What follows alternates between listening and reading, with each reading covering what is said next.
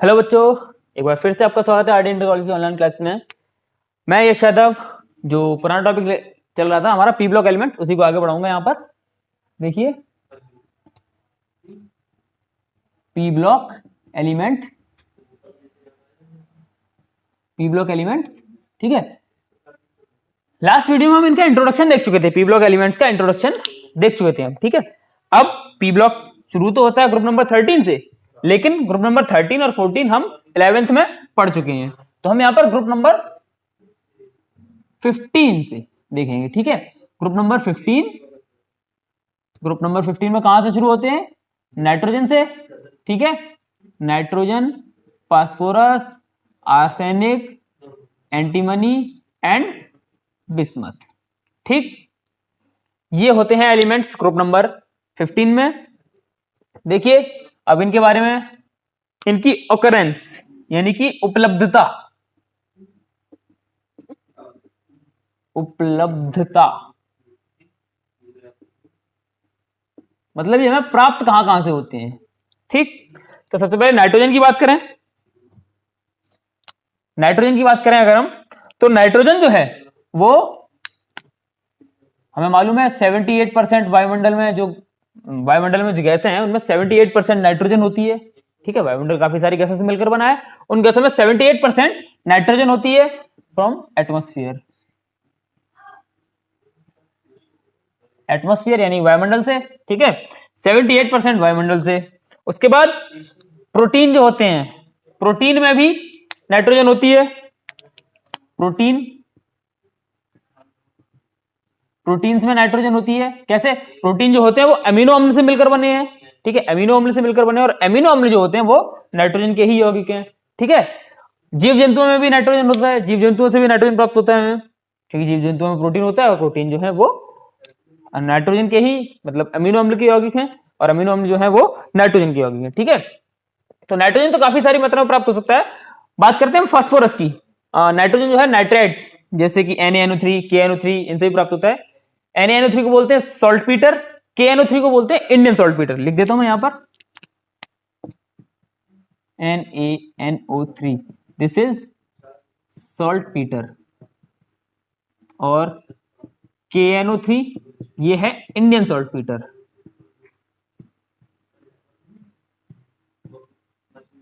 इसका यूज जो होता है वो इंडस्ट्रियल एरिया में होता है, औद्योगिकरण में, ठीक है। उद्योगों में ये काम आता है, तो वहां से भी हमें नाइट्रोजन प्राप्त होता है, ठीक। नाइट्रोजन की तो बात कर ली हमने। हम देखते हैं फास्फोरस। तो फास्फोरस हमें प्राप्त होता है कहां से? फास्फोरस चट्टान से, ठीक है। फास्फोरस रॉक्स, फास्फोरस चट्टानों से प्राप्त होता है फास्फोरस रॉक्स, ठीक है। हड्डियों में फास्फोरस होता है, ठीक है। दूध में फास्फोरस होता है, अंडे में फास्फोरस होता है, ठीक है। तो इन सभी से हमें फास्फोरस प्राप्त होता है। ये जो हैं, ये सब हमें प्राप्त होते हैं सल्फेट ओर्स, या सल्फेट अयस्क, सल्फाइड अयस्क, सॉरी सल्फेट नहीं, सल्फाइड,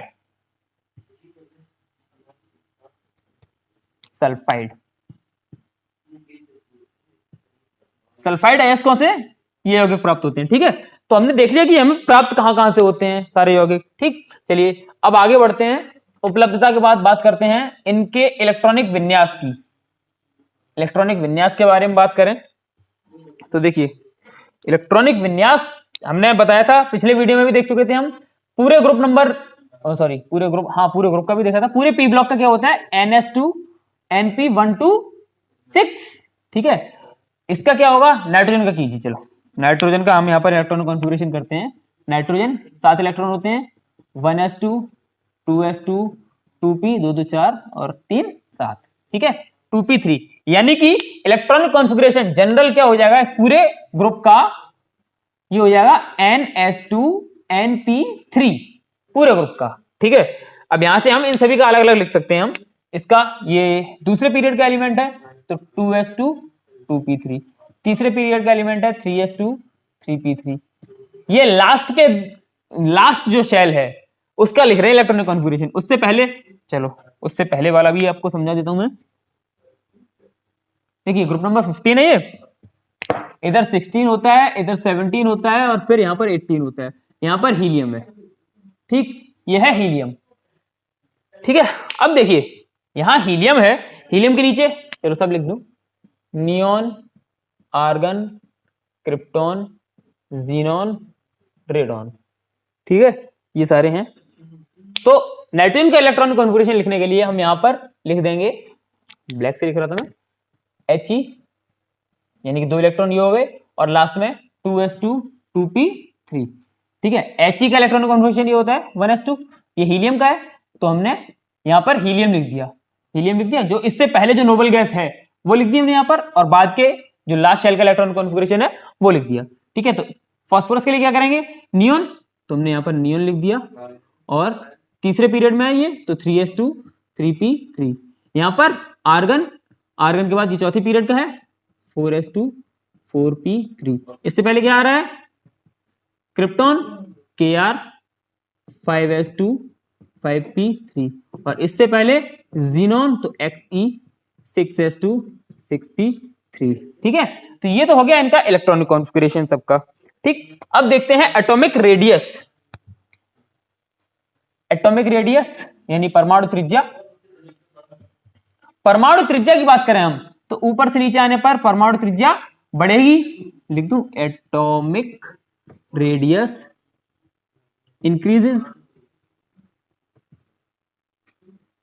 परमाणु त्रिज्या ऊपर से नीचे आने पर बढ़ती है, क्यों बढ़ती है, लास्ट वीडियो में हमने बताया था, ऊपर से नीचे आने पर शेल बढ़ जाती है, एक नई शेल ऐड हो जाती है, शेल बढ़ जाएगी, एक नई कक्षा पूरी ऐड हो जाएगी, तो फिर परमाणु त्रिज्या ऑटोमेटिकली बढ़ जाएगी। ठीक है, परमाणु त्रिज्या के बाद हम बात करते हैं आयनाइजेशन एंथैल्पी की। Atomic radius increases down the group. ठीक है, चलो अगला हम बात करें आयनाइजेशन एंथैल्पी।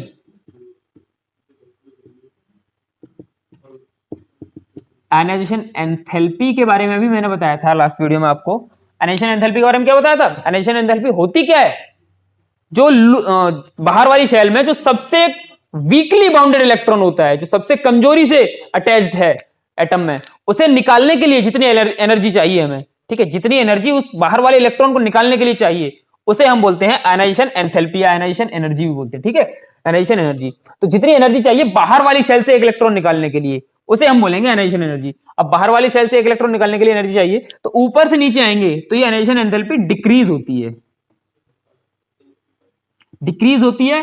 क्यों, देखिए यहां पर एक बार फिर से आपको समझाता हूं मैं। नाइट्रोजन 2 शेल्स हैं, ये इसका न्यूक्लियस रहा होगा। ठीक है, न्यूक्लियस के बाद पहली शेल, दूसरी शेल। पहली शेल में कितने इलेक्ट्रॉन, पहली शेल में 2 इलेक्ट्रॉन 1 2, दूसरी शेल में 5 1 2 3 4 5। ठीक है, यह है नाइट्रोजन। इसके बाद नीचे आते हैं, फास्फोरस बनाते हैं। फास्फोरस पहली शेल ये, दूसरी शेल ये, तीसरी शेल ये। ठीक है, पहली शेल में 2 इलेक्ट्रॉन 1 2, दूसरी शेल में 6 1 2 3 4 5 6, सॉरी दूसरी शेल में 8 होंगे, 7 और 1 8। ठीक है, 8 और 2 10।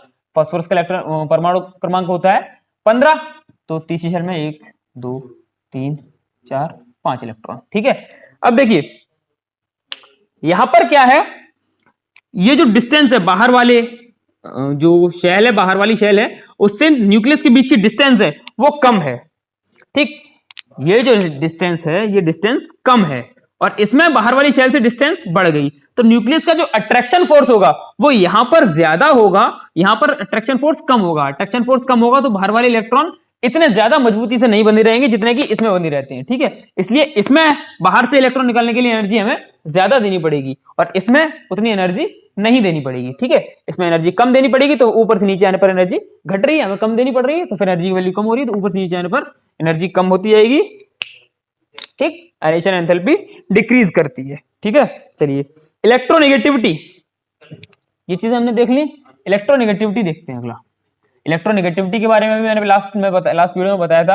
ये सारी चीजें हम लास्ट वीडियो में डिस्कस कर चुके हैं, लेकिन ये ग्रुप हमने स्टार्ट किया है, ग्रुप नंबर 15, तो एक बार फिर से डिस्कस कर लेते हैं क्या ही जाता है हमारा। इलेक्ट्रोनेगेटिविटी, इलेक्ट्रोनेगेटिविटी हिंदी में बोलते हैं वैद्युत या विद्युत ऋणात्मकता,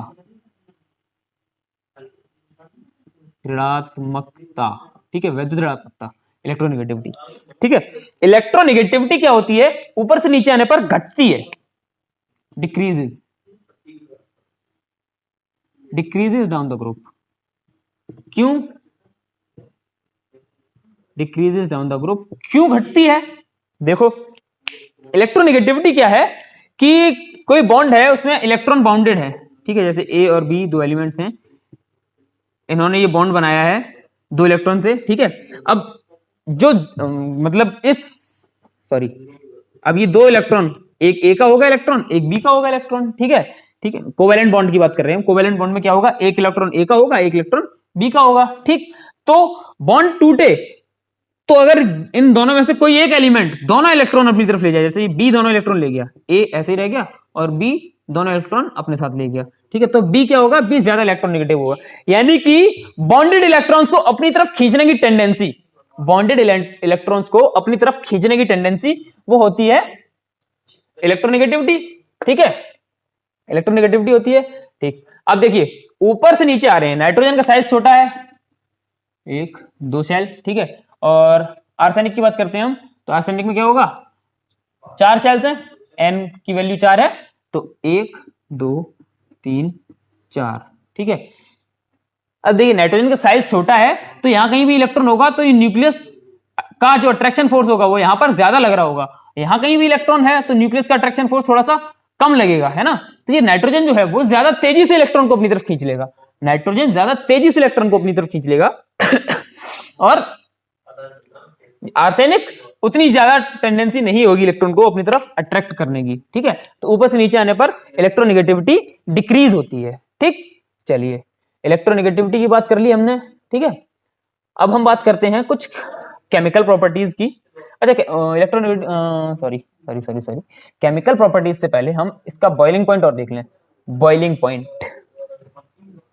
चलो बॉइलिंग पॉइंट क्या होता है, ऊपर से नीचे आने पर बॉइलिंग पॉइंट के साथ क्या होता है, बॉइलिंग पॉइंट होता क्या है पता है आपको? बॉइलिंग पॉइंट हिंदी में बोलते हैं इसे क्वथनांक।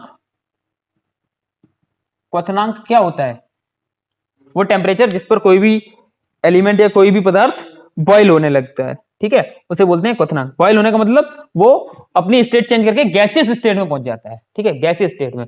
सॉलिड की बात करो, सॉलिड से वो गैसियस स्टेट में पहुंचने लगे, ठीक है, उसे बोलते हैं बॉइलिंग पॉइंट, ठीक। तो बॉइलिंग पॉइंट क्या है? ऊपर से नीचे आने पर बॉइलिंग पॉइंट बढ़ता है। क्यों बढ़ता है बताता हूं अभी। नाइट्रोजन है, ठीक है, एटॉमिक मास इसका होता है 14, ठीक है, फास्फोरस का 30 के अप्रॉक्स होता है, ठीक। ऊपर से नीचे पर एटॉमिक मास बढ़ रहा है क्योंकि साइज बढ़ रहा है, साइज बढ़ रहा है तो मास बढ़ रहा है, ठीक है, यानी कि द्रव्यमान बढ़ रहा है ऊपर से नीचे आने पर, ठीक। और द्रव्यमान बढ़ रहा है तो ज्यादा द्रव्यमान वाले पदार्थ को बॉईल करने के लिए हमें ज्यादा टेम्परेचर देना पड़ेगा। सीधी सी चीज है, अगर एक गिलास पानी को हम बॉईल करें और एक जग पानी को बॉईल करें तो जग वाला पानी बॉईल होने में टाइम ज्यादा लगेगा। क्यों? क्योंकि उसका जो मास है वो ज्यादा है, ठीक है। तो ऊपर से नीचे आने पर मास बढ़ रहा है तो फिर हमें बॉइलिंग पॉइंट मतलब टेम्परेचर ज्यादा देना पड़ेगा बॉईल करने के लिए, तो ऊपर से नीचे आने पर बॉइलिंग पॉइंट बढ़ेगा। और यही मेल्टिंग पॉइंट के साथ भी होता है, ठीक है, मेल्टिंग पॉइंट भी ऊपर से नीचे आने पर बढ़ता है। चलिए अब ये बात कर ली हमने इसकी कुछ फिजिकल प्रॉपर्टीज के बारे में, अब केमिकल प्रॉपर्टीज देखते हैं इसकी। केमिकल प्रॉपर्टीज में सबसे पहले oxidation state, oxidation number, oxidation number, ऑक्सीकरण संख्या, ठीक है। ऑक्सीकरण संख्या कैसी कैसे प्रदर्शित करते हैं, चलो ये उठा लेते हैं हम, नाइट्रोजन, ठीक है। नाइट्रोजन क्या कर सकता है, मैं यहां पर दोबारा से लिखता हूं N7 1s2 2s2 N2p3। देखिए या तो इस वाली शेल में P में 6 इलेक्ट्रॉन होते हैं तो 6 इलेक्ट्रॉन पूरे करने के लिए क्या कर रही है, या तो 3 इलेक्ट्रॉन कहीं से ले ले, 3 इलेक्ट्रॉन कहीं से लेगा तो -3, क्योंकि इसने 3 इलेक्ट्रॉन लिए तो -4 जाएगा, कितने 3, तो -3 ऑक्सीडेशन स्टेट शो करेगा, ठीक है, -3। या फिर क्या करे, ये 3 इलेक्ट्रॉन अपने डोनेट कर दे और 2s शेल को पूरा रखे, एस शब्द शेल को पूरा रखे, ठीक है। तो 3 इलेक्ट्रॉन ये डोनेट कर देगा तो +3 शो करेगा, ठीक। या फिर इन दोनों को ही, मतलब ये 3 और ये 2, पांचों इलेक्ट्रॉन डोनेट कर दे और अपनी पहली शेल कंप्लीट रखे, तो 5 इलेक्ट्रॉन डोनेट करेगा तो +5 शो करेगा, ठीक है। ये 3 इलेक्ट्रॉनिक कॉन्फ़िगरेशन शो करते हैं ये, और इन तीनों में सबसे ज्यादा स्टेबल इलेक्ट्रॉनिक कॉन्फ़िगरेशन जो होता है वो +3 इलेक्ट्रॉनिक कॉन्फ़िगरेशन होता है, ठीक है। +3 इलेक्ट्रॉनिक कॉन्फ़िगरेशन सबसे ज्यादा स्टेबल होता है इसका, ठीक है। चलिए, अच्छा, इनमें जो नाइट्रोजन है, ऑक्सीजन ऑक्सीडेशन स्टेट की बात कर ली हमने, इनमें जो नाइट्रोजन है, नाइट्रोजन जो है वो काफी अजीब सा बिहेवियर शो करता है, ठीक है, काफी अजीब सा बिहेवियर शो करता है। देखते हैं, abnormal behaviour of nitrogen. Nitrogen जो है वो असामान्य व्यवहार क्यों प्रदर्शित करता है? बाकी सारे तत्वों की अपेक्षा नाइट्रोजन थोड़ा सा अलग गुण प्रदर्शित करता है, अलग व्यवहार प्रदर्शित करता है। क्यों होता है ऐसा? सबसे पहली चीज, नाइट्रोजन जो है वो पेंटावेलेंट एटम्स नहीं बनाता। पेंटावेलेंट एटम्स जैसे कि 5 बॉन्ड वाले, 5 कोवेलेंट बॉन्ड हो, ठीक है, 5 बॉन्ड ही नहीं बनाता नाइट्रोजन। क्यों नहीं बनाता? देखिए, नाइट्रोजन के इलेक्ट्रॉन कॉन्फ़िगरेशन करते हैं 1s2 2s2 एंड 2p3, ठीक है। ये दूसरी शेल है, दूसरी शेल में केवल, पहली में केवल एक सब शेल होता है, दूसरी में 2s एंड 2p, तीसरी में 3s 3p एंड 3d, चौथी में 4s 4p 4d 4f, ठीक। तो ये है दूसरी सबशेल। दूसरी शेल जो है उसमें डी सबशेल होता ही नहीं है, डी सबशेल होता ही नहीं है, यानी कि इसके पास वैकेंट ऑर्बिटल है ही नहीं, खाली ऑर्बिटल है ही नहीं आगे। 2s इसका भरा हुआ है, 2p 1 2 3 इलेक्ट्रॉन है, ठीक है, आगे ऑर्बिटल है ही नहीं। अब ज्यादा से ज्यादा क्या कर सकता है ये, इस एक इलेक्ट्रॉन को निकाल दे तो इसके पास 4 ऑर्बिटल हो गए बॉन्ड बनाने के लिए, 1 2 3 4, तो ज्यादा से ज्यादा 4 बॉन्ड बना सकता है। 5वां ऑर्बिटल इसके पास खाली है ही नहीं जिससे ये बॉन्ड बना सके, ठीक है। तो ये पेंटावेलेंट एटम्स नहीं बनाता है, ठीक। दूसरी चीज, इसका साइज बहुत छोटा होता है। साइज बहुत छोटा होने की वजह से ये बाकी तत्वों से, बाकी जो तत्व हैं ग्रुप नंबर 15 के, उनसे थोड़ा सा व्यवहार अलग प्रदर्शित करता है, ठीक है। तीसरी चीज, बहुत ज्यादा इलेक्ट्रोनेगेटिव होता है, बहुत ज्यादा इलेक्ट्रोनेगेटिव, यानी कि मतलब मैंने बताया था आपको इलेक्ट्रोनेगेटिविटी का order FON, fluorine, oxygen and nitrogen. सबसे ज्यादा इलेक्ट्रोनेगेटिव एटम फ्लोरीन है, फिर ऑक्सीजन है, फिर नाइट्रोजन है, ठीक है। तो नाइट्रोजन बहुत ज्यादा इलेक्ट्रोनेगेटिव होता है, तो ये दूसरे तत्वों के साथ इतना ज्यादा स्टेबल नहीं रह पाता, ठीक है। तो ये कुछ रीजन थे जिनकी वजह से नाइट्रोजन जो है वो बाकी तत्वों से थोड़ा सा अलग व्यवहार प्रदर्शित करता है, ठीक है। और हाँ, एक चीज और, ये पी पाई बॉन्ड फॉर्म करता है। पी पाई बॉन्ड क्या होता है, चलो देखते हैं। What is P pi bond? ये मिटा दूंगा सारे। नाइट्रोजन के पास बाहर p ऑर्बिटल होता है, ठीक है। नाइट्रोजन जो है वो दूसरे नाइट्रोजन के साथ ट्रिपल बॉन्ड बनाता है, 1 2 3, ठीक है। अब आप जानते हैं ट्रिपल बॉन्ड में क्या होता है, 1 सिग्मा और 2 पाई, ये वाला भी बॉन्ड पाई और ये वाला भी पाई बॉन्ड, ठीक है। 1 सिग्मा 2 पाई। सिंगल बॉन्ड सिग्मा बॉन्ड होता है, सिंगल बॉन्ड केवल सिग्मा, डबल बॉन्ड में 1 सिग्मा 1 पाई, और ट्रिपल बॉन्ड में 1 सिग्मा 2 पाई, ठीक। अब 2 पाई बॉन्ड बन रहे हैं। पाई बॉन्ड कैसे बन रहे हैं, देखिए आप जानते हैं p ऑर्बिटल जो होता है, ये x एक्सिस, ये y एक्सिस, ये z एक्सिस, ठीक है। अब p में, p सबशेल में 3 ऑर्बिटल होते हैं, px जो x एक्सिस पे बन रहा है, py जो y एक्सिस पे बन रहा है, और pz जो z एक्सिस पे बन रहा है, ठीक है। ये x, ये y एंड ये z, ठीक है। px py pz। अब इसी तरह ये पहला नाइट्रोजन है, उसके हैं ये दूसरे नाइट्रोजन के भी बनाऊं मैं यहां पर, इसे हटा दूं। दूसरे नाइट्रोजन के लिए x axis, y axis and z axis, x y and ये z, या इसको z दे दो, इसको y दे दो, कोई फर्क नहीं पड़ता, ठीक है। चलो यहाँ पर y z ऐसा लिखा है तो यहाँ पे भी वैसा ही लिख दें, यहाँ पर y, यहाँ पर z, ठीक है। ये py, ये px और ये pz, ठीक है। बॉन्ड बनाएगा तो ये दो जो ऑर्बिटल हैं px तो हेड ऑन ओवरलैप करेंगे, हेड ऑन ओवरलैप करेंगे, है ना, हेड ऑन ओवरलैप करेंगे, तो ये तो बनेगा सिग्मा बॉन्ड, ये साइड बाय साइड ओवरलैपिंग होगी, ठीक है। y की y से, py की py से साइड बाय साइड ओवरलैपिंग होगी। साइड बाय साइड ओवरलैपिंग में क्या बनता है, sigma bond. Side by side overlapping में सिग्मा बॉन्ड बनता है। हेड ऑन ओवरलैपिंग में, sorry, side by side overlapping में पाई बॉन्ड बनता है, सॉरी मैं गलत बोल गया। हेड ऑन ओवरलैपिंग में सिग्मा बॉन्ड बनता है, साइड बाय साइड जो ओवरलैपिंग होती है उसमें पाई बॉन्ड बनता है, ठीक है, head on overlapping sigma bond. तो ये भी साइड बाय साइड हो रहा है, और ये जो पीजेड है, पीजेड भी साइड बाय साइड ओवरलैपिंग होगी, पीजेड की साइड बाय साइड ओवरलैपिंग होगी। तो ये पाई बॉन्ड बना कौन कौन से, पी पाई से, पी पाई बॉन्ड ये है और पी पाई बॉन्ड ये है। तो ये जो है पी पाई बॉन्ड बनाता है नाइट्रोजन, ठीक। चलिए, इसका साइज बहुत छोटा होता है इसलिए ये बना सकता है, बाकी जो एलिमेंट्स हैं वो ये फॉर्म नहीं कर सकते, ठीक। चलो अब आगे बढ़ते हैं हम इस चैप्टर में। इसकी रिएक्टिविटी टुवर्ड्स हाइड्रोजन, ठीक है। इन जो ये जो एलिमेंट्स हैं इनकी ये मैं हेडिंग डाली थी वो हटाना भूल गया। देखो इन एलिमेंट्स की रिएक्टिविटी टुवर्ड्स हाइड्रोजन, देखते हैं कैसे रिएक्ट करते हैं ये हाइड्रोजन से।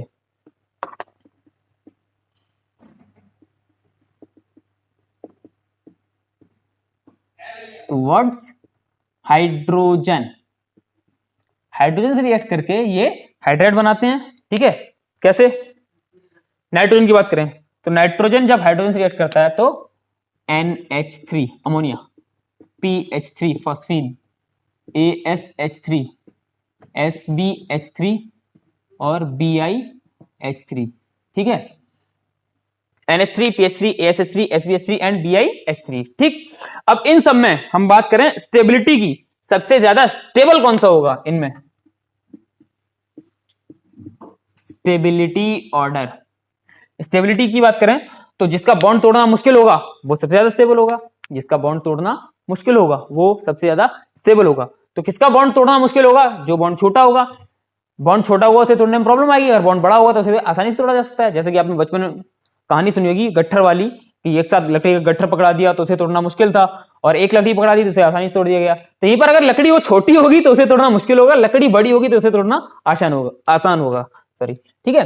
तो यहां पर बॉन्ड की बात कर रहे हैं हम, बॉन्ड छोटा होगा तो उसे तोड़ना मुश्किल होगा। छोटा बॉन्ड किसका होगा, वो इसका होगा। क्यों, नाइट्रोजन का साइज भी छोटा है, हाइड्रोजन का साइज भी छोटा है, इसका साइज छोटा होता है, इस वजह से सबसे छोटा बॉन्ड NH3 का होगा। तो सबसे ज्यादा स्टेबल होगा NH3, उसके बाद PH3, उसके बाद ASH3, उसके बाद SbH3 और उसके बाद BiH3, ठीक।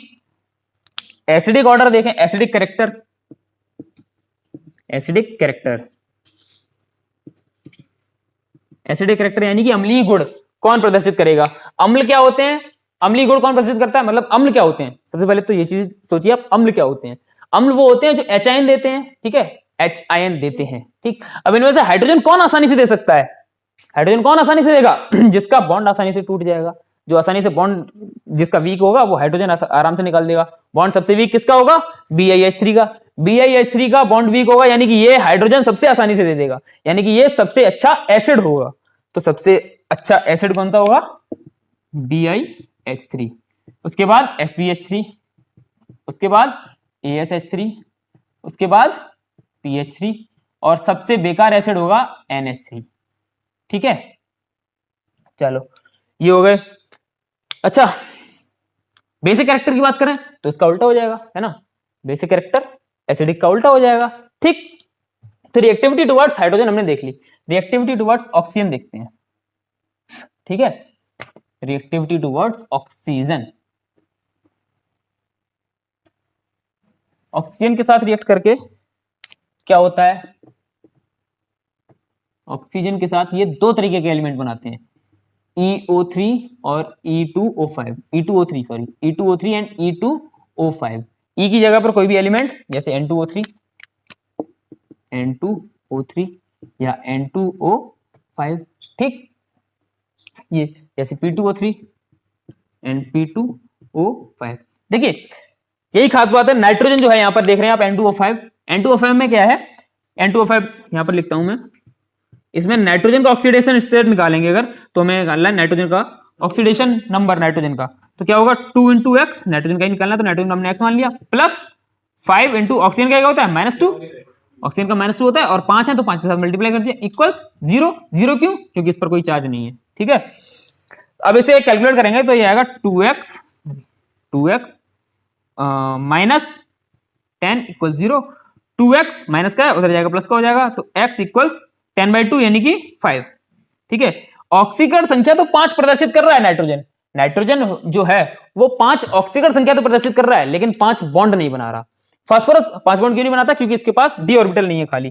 फास्फोरस के पास डी ऑर्बिटल होते हैं, देखिए P15 1s2 2s2 2p6 3s2 and 3p3 3d इसके पास खाली है पूरा। 3p में 3 इलेक्ट्रॉन भर दिए इसने, 1 2 3, अभी 3d पूरा खाली पड़ा है, 3d पूरा खाली पड़ा हुआ है। ठीक है, तो ये 5 बॉन्ड बना सकता है, आराम से बना सकता है, लेकिन नाइट्रोजन के पास डी ऑर्बिटल होता ही नहीं है, इसलिए नाइट्रोजन ये बना नहीं सकता। तो ऑक्सीजन से रिएक्ट करके ये E2O3 और E2O5 टाइप के यौगिक बनाता है। ठीक है, इतनी सी बात है। ठीक, चलो ऑक्सीजन के बाद हेलोजन की बात आती है। तो हेलोजन की बात करें तो ये ट्राई हैलाइड और पेंटा हैलाइड दो तरीके के यौगिक बनाते हैं। हेलोजन, हेलोजन कौन कौन से होते हैं? हेलोजन ग्रुप नंबर 17, हेलोजन जो ग्रुप नंबर 17 होता है उसे हम हेलोजन फैमिली बोलते हैं। ग्रुप नंबर 17 ये यहां पर लिखा हुआ है। क्या क्या आता है इसमें? Fluorine, chlorine, bromine, iodine and astatine. ठीक है, तो fluorine, chlorine, bromine, iodine and astatine के साथ ये रिएक्शन करके क्या करते हैं? लिखता हूं मैं यहां पर EX3 एंड EX5 टाइप के यौगिक बनाता है। EX3 and EX5। EX3 try halide जैसे कि NF3, नाइट्रोजन ने फ्लोरीन 3 फ्लोरीन के साथ बॉन्ड बना दिया, लेकिन NF5 नहीं बन सकता। क्यों? नाइट्रोजन 5 बॉन्ड नहीं बनाता, यानी कि EX5 टाइप के जो यौगिक हैं वो नाइट्रोजन नहीं बनाता। EX5 मैंने बताया आपको, नाइट्रोजन के पास केवल p ऑर्बिटल होता है, d ऑर्बिटल होता ही नहीं, मतलब नाइट्रोजन के पास वैकेंट ऑर्बिटल की कमी की वजह से ये 5 बॉन्ड नहीं बना पाता। नाइट्रोजन 5 बॉन्ड नहीं बना सकता तो ये पेंटाहैलाइड्स नहीं बनाता। ठीक है, याद रखेंगे इस चीज को, नाइट्रोजन पेंटाहैलाइड नहीं बनाता। ठीक, NF3 नाइट्रोजन पेंटाहैलाइड नहीं बनाता, और ट्राईहैलाइड्स में भी केवल NF3 ही स्टेबल है। NF3 स्टेबल है, क्यों? नाइट्रोजन भी इलेक्ट्रोनेगेटिव है, फ्लोरीन भी इलेक्ट्रोनेगेटिव है। ठीक है, बाकी के साथ ये स्टेबल नहीं रह सकता। बाकी जो है क्लोरीन, ब्रोमीन, आयोडीन ये कम इलेक्ट्रोनेगेटिव है, तो नाइट्रोजन के साथ स्टेबल नहीं रह सकते। ठीक, तो ये बाकी नाइट्रोजन के साथ स्टेबल नहीं रह सकते। NF3 है, ट्राईहैलाइड्स में भी NF3 सबसे ज्यादा स्टेबल होता है। बाकी PCl3, PCl5 ये सारे बनाते हैं, ट्राईहैलाइड्स भी, पेंटाहैलाइड भी। ठीक, चलिए रिएक्टिविटी टुवर्ड्स हेलोजन भी देख लिया हमने। अब रिएक्टिविटी टुवर्ड्स मेटल, मेटल्स देखते हैं। मेटल्स के साथ रिएक्ट करके ये क्या करते हैं? तो ये मेटल्स के साथ रिएक्ट करके क्या करते हैं? मेटल के साथ रिएक्ट करके उनके कंपाउंड बनाते हैं, तो ये -3 ऑक्सीडेशन स्टेट जो शो करते हैं। मेटल के साथ रिएक्ट करके वो कंपाउंड बनाते हैं, तो जो वो कंपाउंड जो बनते हैं वो -3 ऑक्सीडेशन स्टेट शो करते हैं। लाइक मैं यहां पर एक दो कंपाउंड लिखता हूं, जैसे कि फास्फोरस है Ca3P2, कैल्शियम के साथ बनाया। अब इसमें फास्फोरस की ऑक्सीडेशन स्टेट निकालेंगे हम, तो हमें पता है कैल्शियम कितनी होती है? +2। ठीक है, तो +2 × 3 प्लस फास्फोरस की 2 हैं और x पता नहीं निकालनी में, इक्वल 0। ठीक है, 3 दूनी 6 प्लस 2x बराबर 0। अब इधर 6 प्लस क्या उधर भेजेंगे तो 2x इक्वल्स -6, x इक्वल्स क्या आएगा? -3, है ना। तो -3 ऑक्सीडेशन स्टेट। इसी तरह Ca3N2, ठीक है, Ca3Bi2, ठीक, Zn3Sb2, ठीक है, इस तरह के कंपाउंड बनाता है जो +3 ऑक्सीडेशन स्टेट शो करते हैं। ठीक, चलिए तो ये था कुछ जनरल प्रॉपर्टीज ग्रुप नंबर 15 की। ठीक है, अब इन जो कंपाउंड बनाते हैं जैसे डाई नाइट्रोजन है और बाकी और भी कंपाउंड है, अमोनिया है, NH3 फॉस्फीन, ठीक है, PH3, वो सारे पढ़ेंगे हम आगे के वीडियोस में। आज के लिए इतना ही, बने रहिए हमारे साथ आगे के वीडियोस के लिए। धन्यवाद।